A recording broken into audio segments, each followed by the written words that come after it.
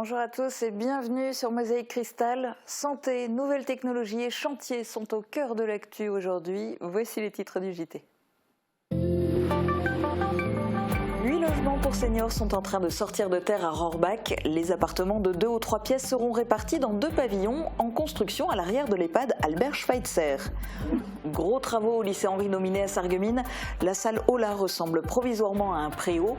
Le bâtiment a été désamianté et toute la façade vitrée a disparu. De nouvelles vitres vont être posées.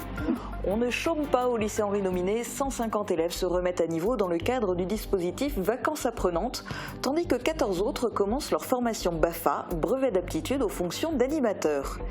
L'État a débloqué 27 millions d'euros pour les hôpitaux de Sarreguemines dans le cadre du Ségur de la santé. Cela va permettre un apurement partiel de la dette.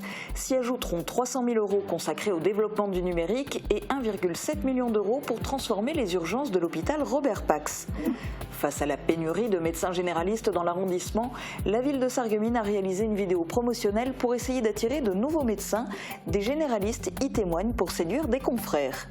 ArcelorMittal France a inauguré son 2e Digital Lab. Situé à Florange, ce lieu d'innovation digitale rassemblera industriels, start-up, grandes écoles et acteurs locaux du digital. Le département de génie mécanique de l'IUT de Metz est le seul du Grand Est à disposer d'une imprimante 3D métal. Les étudiants apprennent à s'en servir pour concevoir et fabriquer des objets en métal d'une grande finesse.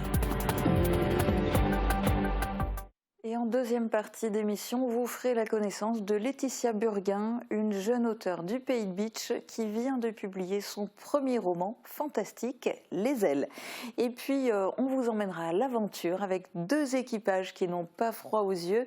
Un duo se prépare pour le 4L Trophy, tandis qu'un trio s'apprête à embarquer pour l'Europe Raid, des courses humanitaires qui ont séduit ces jeunes du secteur. On commence cette émission avec l'actu. Une nouvelle offre se profile pour les seniors à Rohrbach-les-Bitches. La commune dispose déjà d'un EHPAD et derrière lui, 2 pavillons sont en train d'être construits depuis le mois d'août dernier. Reportage de Marie-Morgane Pires. Les futurs logements seniors prennent forme. Vous pouvez déjà apercevoir ici la forme des 2 pavillons à Rohrbach-les-Bitches. Ils seront chacun constitués de 4 logements. Au total, on y trouvera 6 F2 de 47 mètres carrés et 2 F3 de 63 mètres carrés. Une offre complémentaire à l'EHPAD Albert Schweitzer, situé à seulement quelques mètres. Le bon compromis entre à la fois des logements qui seront flambant neufs, et en même temps l'accès à plein de services juste à côté. À l'EHPAD, il y a tout ce qui est animation, donc ça va par exemple le matin, la lecture du journal, ça peut être des animations de bricolage, de décoration, ça peut être des animations musicales, c'est aussi la restauration, le midi, le soir. Donc vraiment, il y a un panel de services assez large. Des services auxquels pourront accéder les futurs résidents de ces nouveaux logements. Ces derniers sont à destination des personnes âgées autonomes, une spécificité qui a dû être prise en compte lors de leur conception. Il y a surtout ce problème d'accessibilité qui est impératif pour des personnes âgées, puisqu'effectivement c'est prévu pour des personnes éventuellement en fauteuil roulant. Ce projet est géré par l'association Habitat Senior Rohrbach. Le coût des travaux s'élève à environ 1 million d'euros. L'État nous a accordé un prêt locatif social, un prêt PLS, qui nous permet de bénéficier d'un taux de TVA réduit à 5,5%, ce qui n'est quand même pas négligeable pour ce type de projet, puisque ça nous fait une aide de l'État de 150 000 euros. Donc ça va nous permettre évidemment d'avoir des loyers qui soient plus modérés que pour des logements classiques. Les loyers devraient être à hauteur de 500 euros par mois. La livraison des logements pour seniors autonomes est prévue pour le mois de septembre et la commune imagine déjà de nouveaux pavillons qui pourraient être construits à l'arrière.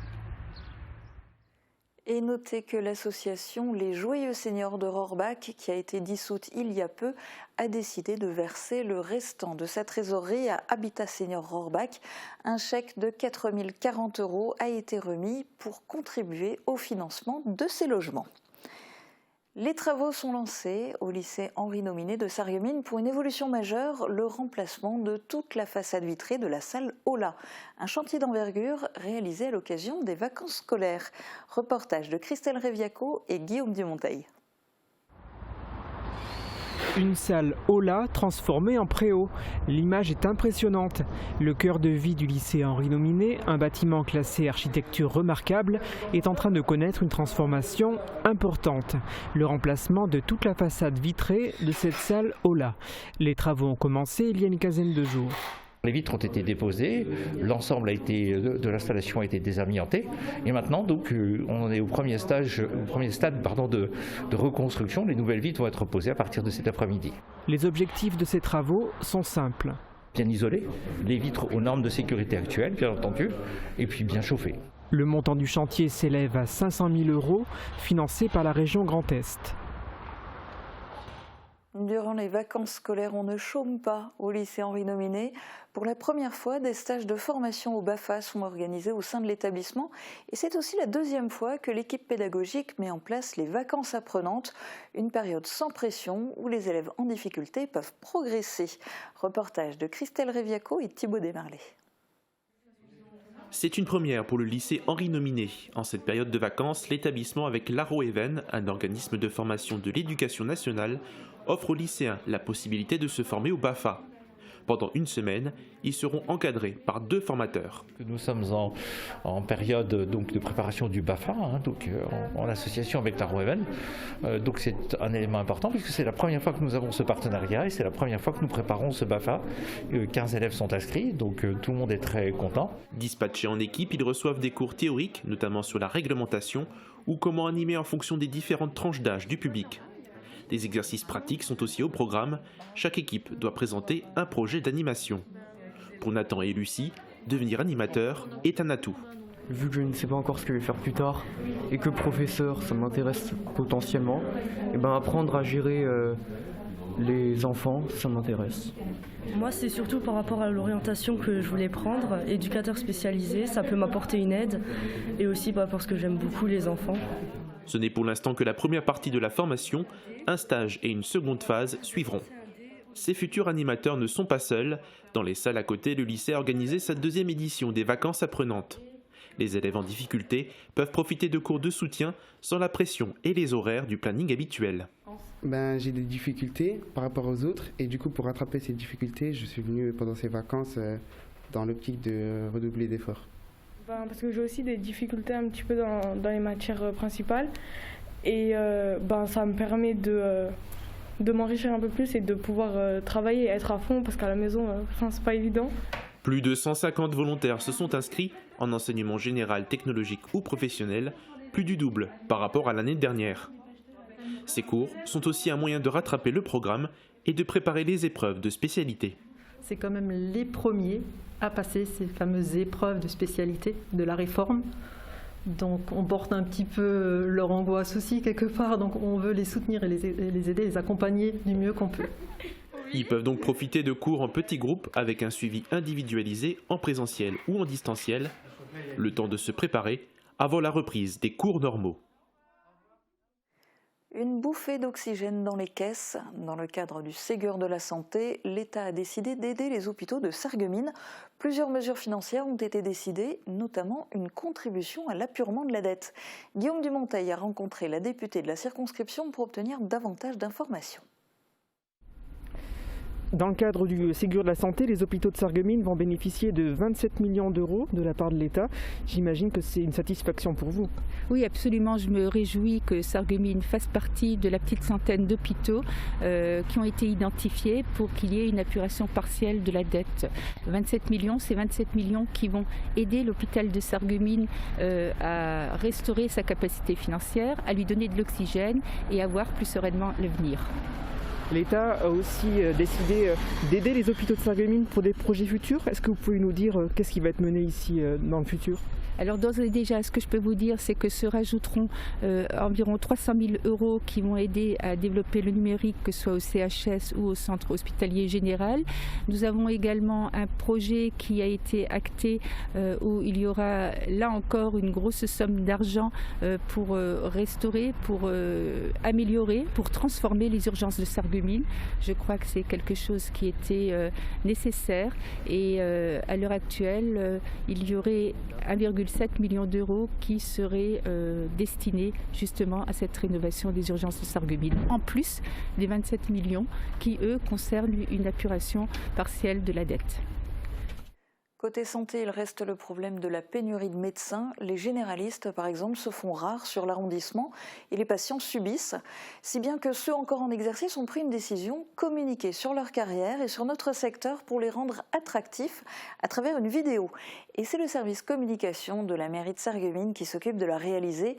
Au fur et à mesure des tournages, nous avons suivi l'équipe, mais surtout les professionnels qui nous donnent leur ressenti face à cette pénurie. Regardez. C'est en bord de Sarre à Sarreguemines que Marina, jeune médecin, a rendez-vous avec le service communication de la ville. Il faudra à peine quelques secondes pour s'équiper avant de prendre la parole face caméra. Un peu de stress se fait sentir. Donc je me présente, Claire Marina, j'ai 29 ans, je suis jeune médecin généraliste. Je compte m'installer sur Sarreguemines en 2023 car Sarreguemines c'est ma ville de cœur, c'est ma ville natale. Avec plusieurs autres confrères et consoeurs, elle s'est prêtée au jeu de la vidéo promotionnelle. Un énième moyen mis en œuvre par ses professionnels et la ville pour attirer de jeunes médecins généralistes sur le territoire. Ça m'attriste énormément de voir que ma ville est en manque de médecins et de voir tous les jours des Sarregueminois me demander quand est-ce que je m'installe parce que leur médecin est parti en retraite et qu'ils sont malades et qu'il n'y a pas de continuité de soins. Et ça m'attriste énormément. Pour le moment, elle ne fait que des remplacements. Le projet principal, c'est une installation pour 2023 à l'ancien hôpital du Parc. Où il y a un projet de rénovation pour des médecins, des paramédicaux. D'autres médecins devraient s'implanter dans les prochains temps, dont une consoeur allemande. Mais que fait la patientèle pendant ce temps? Car les médecins encore actifs croulent sous la demande, tandis que les départs à la retraite s'accumulent. Comme ici, où il est difficile d'imaginer 38 ans de carrière entre ces murs. Lorsque j'annonçais à mes patients que j'allais m'arrêter et que je n'aurais pas de successeur, évidemment ça a été désespérant pour eux et évidemment ça a rejailli sur moi qui ai aussi vécu assez mal le fait que je sois obligée de fermer ma porte. L'exercice médical à Sarreguemines est très agréable parce que la patientèle est très diversifiée. Tour à tour, ces professionnels évoquent leurs expériences, les attraits de la ville, les différents équipements présents sur le territoire, notamment ceux liés à la santé. Le tout en mettant en avant la qualité de vie au cœur de la communauté d'agglomération Sarreguemines-Confluence, forte de 68 000 habitants. Après Dunkerque en juillet dernier, ArcelorMittal France a inauguré hier son deuxième Digital Lab à Florange, l'un de ses principaux sites de production d'acier en France. Ce lieu d'innovation digitale rassemblera industriels, start-up, grandes écoles et acteurs locaux du digital. L'entreprise y formera également ses collaborateurs aux nouvelles technologies. Reportage de Florian Tonizzo. Alors la première étape est de scanner l'étiquette pour pouvoir identifier la bobine.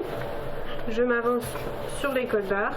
Grâce à ses lunettes de réalité augmentée, Noémie, chargée de projet, est en pleine démonstration. Elle assure la qualité de l'emballage de cette bobine. L'idée, c'est de garantir la traçabilité au client. On contrôle vraiment toutes les étapes. On a un contrôle qualité avant l'emballage et ensuite on referme donc la bobine, on l'emballe et ça nous permet de garantir la traçabilité et la bonne qualité au client. Pendant toute la matinée, les visiteurs ont ainsi pu découvrir les différentes technologies utilisées par ArcelorMittal dans sa transition digitale. Cette caméra est utilisée pour détecter le moindre défaut de fabrication et ce cockpit de pilotage permet de contrôler certains appareils à distance, comme ce robot, grâce à la 5G. Beaucoup d'innovations, mais le géant de l'acier ne renie pas pour autant ses origines. Ce qu'on a annoncé pour Florange et Dunkerque parle de nos ambitions de décarbonation, donc de réduire de près de 40% nos émissions de gaz à effet de serre en France à l'horizon 2030.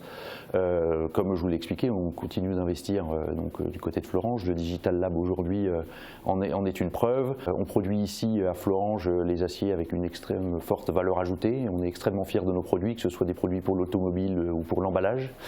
On a inauguré notre nouvelle ligne Galza 2 l'an dernier, pas très loin d'ici. Donc oui, absolument. On continue et on veut faire de l'acier et décarboner si possible. À Ucange, ce bâtiment de 2000 m² accueillait autrefois les grands bureaux de l'enseigne. Désormais entièrement rénové, il abrite entreprises et grandes écoles, ainsi que le centre de formation dédié aux nouvelles technologies. Cette Digital Academy, c'est un lieu, on va dire, de formation professionnelle et de maîtrise à tous ceux qui ne sont pas digital natifs. Et dans notre entreprise, on est nombreux, et j'en suis l'un des premiers. Mais ce qui est important, c'est de se dire, nous devons comprendre, appréhender le digital pour qu'il soit utilisé. Des espaces de conférences permettront d'organiser des événements et des partenariats autour de 3 thématiques, la qualité 4.0, la data intelligence et la maintenance 4.0. Autre technologie, l'IUT de Metz possède désormais une imprimante 3D métallique, une machine qui permet de concevoir et de fabriquer des objets en métal d'une grande finesse.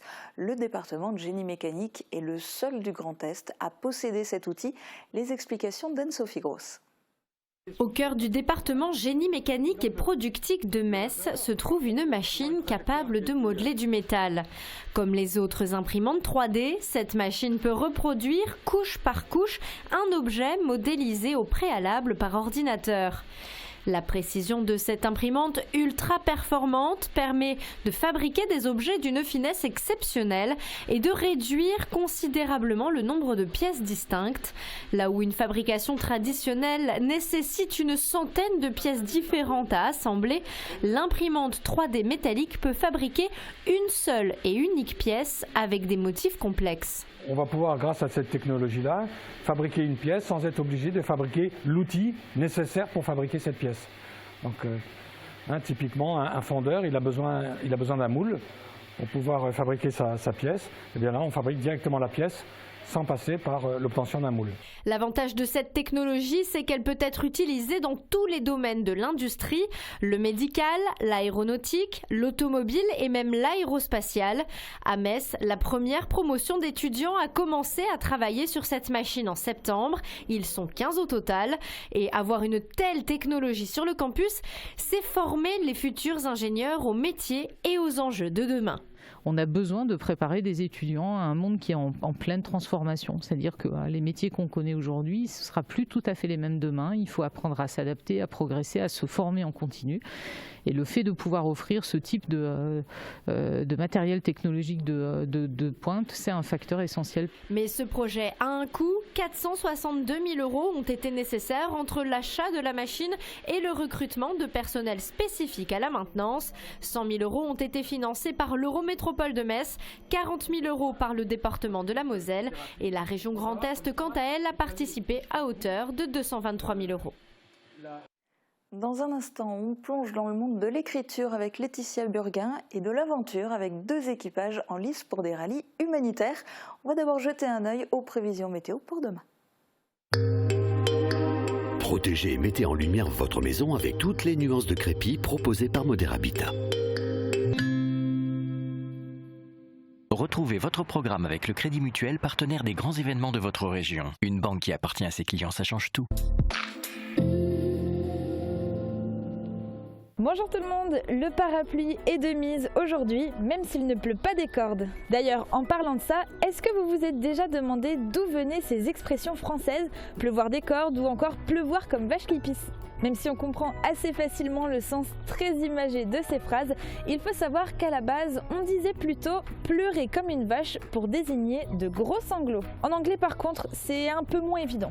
Ils utilisent l'expression « It's raining cats and dogs ». En français, il pleut des chats et des chiens.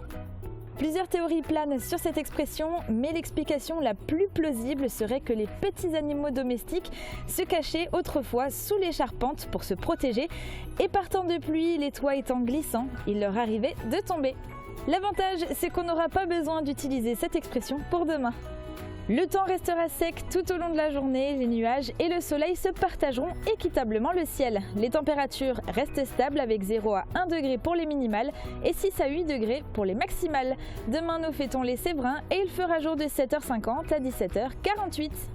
Passez tous encore une excellente journée et à demain. C'était votre programme avec le Crédit Mutuel, partenaire des grands événements de votre région. Une banque qui appartient à ses clients, ça change tout. On entend les oiseaux chanter. Hein? Qu'est-ce que tu dis? Vous avez un doute sur votre audition? Venez tester votre audition sur simple rendez-vous. Oui, mais à partir de quel âge? Quel que soit votre âge, au moindre doute, nous pratiquons un test de dépistage en magasin. Et à quel prix? Gratuitement. Alors n'hésitez pas, prenez rendez-vous dès maintenant.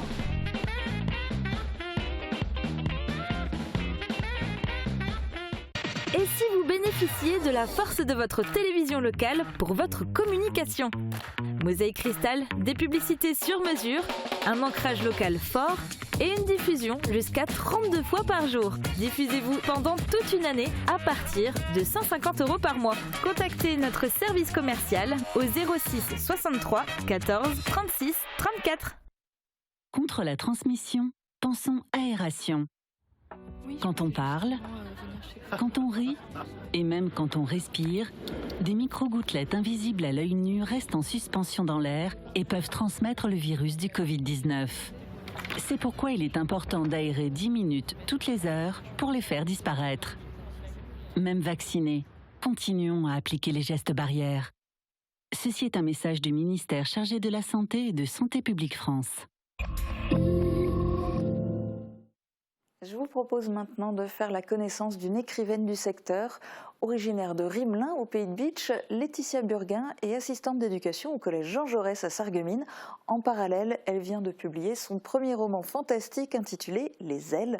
C'est le premier tome d'une trilogie éditée aux éditions Le Lys Bleu. Son portrait est signé Morane Grandcola.